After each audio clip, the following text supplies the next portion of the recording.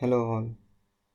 In this video, we are going to discuss two most important tools used by most of the project managers. Today we are going to talk about Gantt chart and RACI matrix. A Gantt chart, commonly used in any project management, is one of the most popular and useful ways of showing activities, tasks, events against the timeline. So on the left of the chart is a list of activities, and along the top is a suitable time scale. Each activity here is represented by a bar. The position and length of the bar reflects the start date, finish date, and the duration. So basically this Gantt chart allows you to see a glance of what are the various activities, when each activity begins and when each activity ends, and how long each activity is scheduled for, and whether if any activities overlap, and if so by how much, and what is the total duration of the project from the start to the end. Originally, Gantt charts were prepared laboriously by hand. Each time a project is changed, it was necessary to amend or redraw the chart, and this limited the usefulness, continual change being a feature of most projects. Nowadays, however, with the advent of new project management softwares, the Gantt charts can be created, updated, and printed really easily. So the one that you are seeing here is like a very typical representation of the old practice, where we are maintaining the charts in Excel sheets. Now let me give you a brief overview or a brief look into how this would look in a professional project management software tool like MPP, Microsoft Project Planner. So I have taken this data and exported that to Microsoft Project Planner. So here what you see is the same list of tasks and the start dates, end dates. So the start date, finish dates. So this is the data. I have just copy pasted it, and voila, as you can see here, the Gantt chart is automatically created by the tool. I don't have to do anything. However, I have done some more additions to this chart so that it looks much more professional and modular and easy to track. So what I have done is, in the previous chart you can see that there is a section heading, kind of like a summary of task, and for each summary task there are actually subtasks. So we could also do the same here. All you need to do is you need to just add the tasks, select them, and right click add summary, and you will have this summary task. And you don't even have to edit the start and finish dates of the task. It is automatically computed from the earliest start date till last finish date. So that is why it is here. You can see that there are two types of task modes. One is manually scheduled because I have entered these dates manually.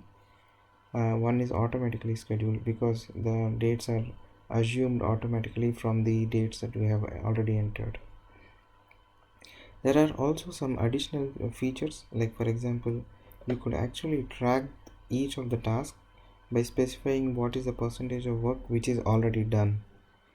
So for example, here this task, let's say, is done 75%. I have marked it as 75% complete, and you could see that it is marked as 75% complete. So this small line within this bar represents what percentage of the task is done.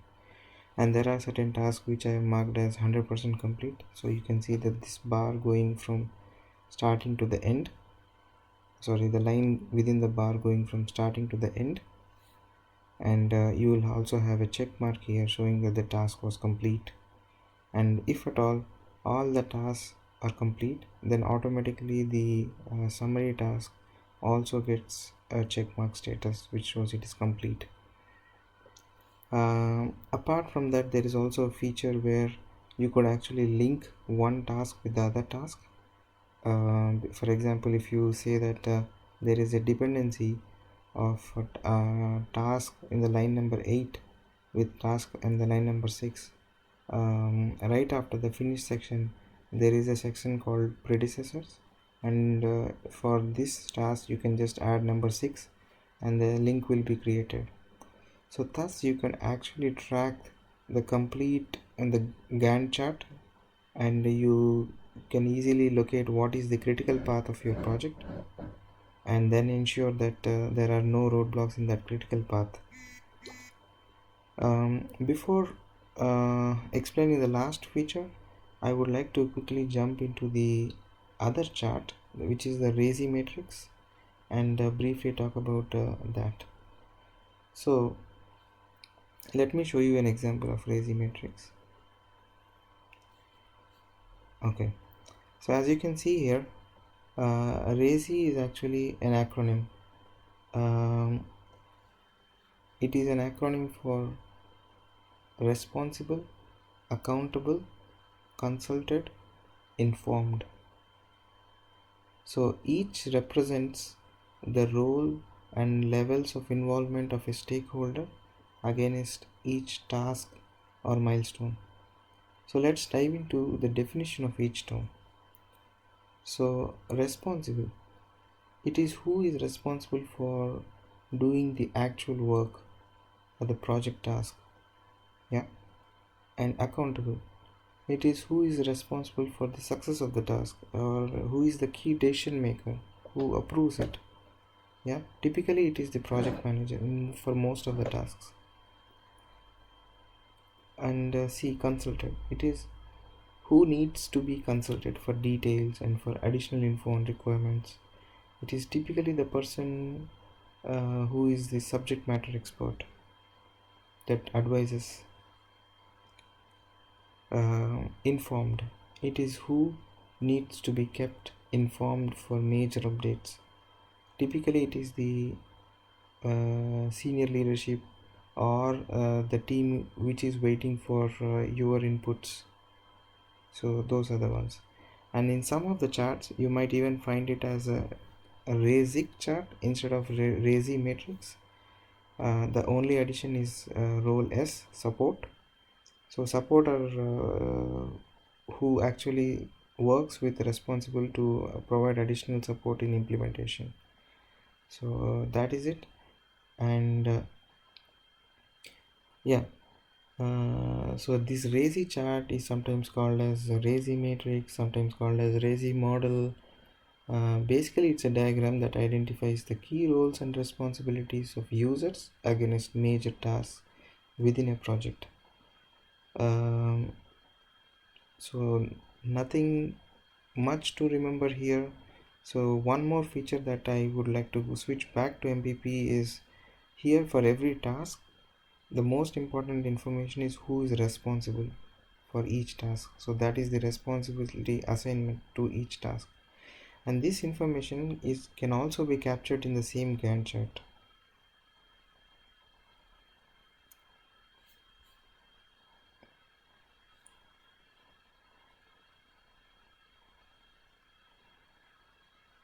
So here as you can see there is a section, there's a column called resource names. So for each task I can assign the resource.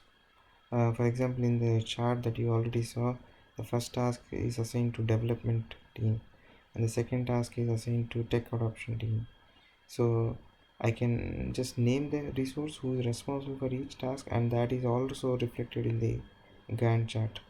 So at the end of the day, if we have to present the status, this complete chart has the information and it can simply be printed and presented. As simple as that. I hope this video gives you the very first level introduction to Gantt charts and RACI matrix. For further information, you can always explore the Microsoft project tool or any other professional project management tool where the Gantt charts can be created.